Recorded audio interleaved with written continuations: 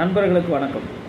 இன்றைக்கி இன்கம் டேக்ஸில் ஒரு முக்கியமான விஷயம் கவர்மெண்ட் அலௌன்ஸ் பண்ணியிருக்காங்க. ஸோ அது யாருக்கு அப்படின்னா, ப்ரைவேட் செக்டார், கவர்மெண்ட் செக்டார் யாராக இருந்தாலும் ஃபார்ம் 16க்கு எகென்ஸ்டாக 80C 80Dயை தவறாக பயன்படுத்துவீங்க. ஹெல்த் இன்சூரன்ஸ் போட்டிருக்கிற மாதிரியும், எல்ஐசி போட்டிருக்கிற மாதிரியும், ஸோ டிசபிலிட்டி பர்சனுக்கான விஷயங்களும், ஸோ இந்தமாரி அதெல்லாம் யாராவது தவறு செஞ்சுருக்கீங்களோ அது ரிலேட்டடாக இன்கம் டேக்ஸ் நோட்டீஸ் அனுப்பி விளக்கம் கேட்பதற்கான அதிக வாய்ப்புகள் இருக்குது.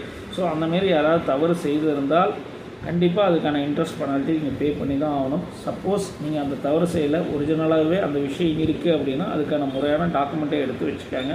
கண்டிப்பாக அதுக்கான கிளாரிஃபிகேஷன் நீங்கள் கொடுக்கணும். ஸோ ஹோம் லோன் போட்டிருந்த அந்த இன்ட்ரெஸ்ட்டை நீங்கள் அட்ஜஸ்ட் பண்ணாமல் இருந்து மறுபடியும் ஃபார்ம் 16 பண்ணாமல் இருந்து மறுபடியும் அதை நீங்கள் பண்ணியிருக்கலாம் ரிட்டர்ன் ஃபைல் பண்ணும்போது.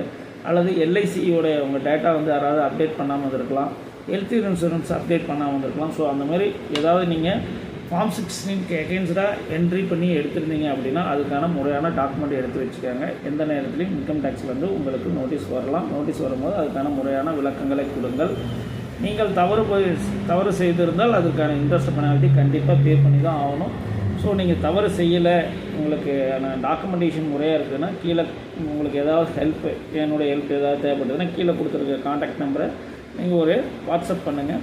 ஸோ நான் சார் ஃபார்ம் 16 இந்தமாரி தவறாக எதுவும் பண்ணலை, நான் எதுவும் தவறாக பண்ணலை, ஸோ என்கிட்ட முறையான டாக்குமெண்ட் இருக்குது. ஃபார்ம் 16 ரிட்டர்ன் போடும்போது என்னுடைய டேட்டாவை மிஸ் பண்ணிட்டாங்க, ஸோ அதனால் நான் ரிட்டர்ன் பண்ணும்போது இந்த விஷயத்தை ஆட் பண்ணியிருந்தேன் அப்படிங்கிறத நீங்கள் விளக்கம் கொடுக்கலாம். அதை நான் இன்கம் டேக்ஸ் ஆஃபீஸுக்கு போயிட்டு கூட நம்ம பார்த்துட்டு வரலாம். ஸோ இந்த மாதிரியான விஷயங்கள் மட்டும்தான் ஒரு சரியான விஷயங்களாக இருக்கும். ஸோ அதை விட்டு இனி வருங்காலங்களில் இந்த மாதிரியான தவறுகளை யாரும் செய்ய வேண்டாம் என்று பொதுமக்களுக்கு ஒரு முன்னெச்சரிக்கையான ஒரு செய்தியை நான் சொல்கிறேன்.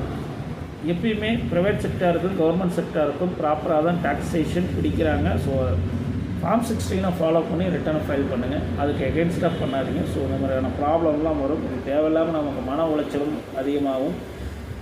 தேவையில்லாத அபராத தொகை நம்ம அப்போ பே பண்ணியிருந்தீங்களா கூட கம்மியாக தான் பே பண்ணியிருப்பீங்க. இப்போ நிறையா அபராத தொகை நீங்கள் டாக்ஸேஷன் பெனால்ட்டி நீங்கள் அதிகமாக பே பண்ணுற மாதிரி ஆயிரும். ஸோ இதெல்லாம் கன்சிடர் பண்ணுங்கள்.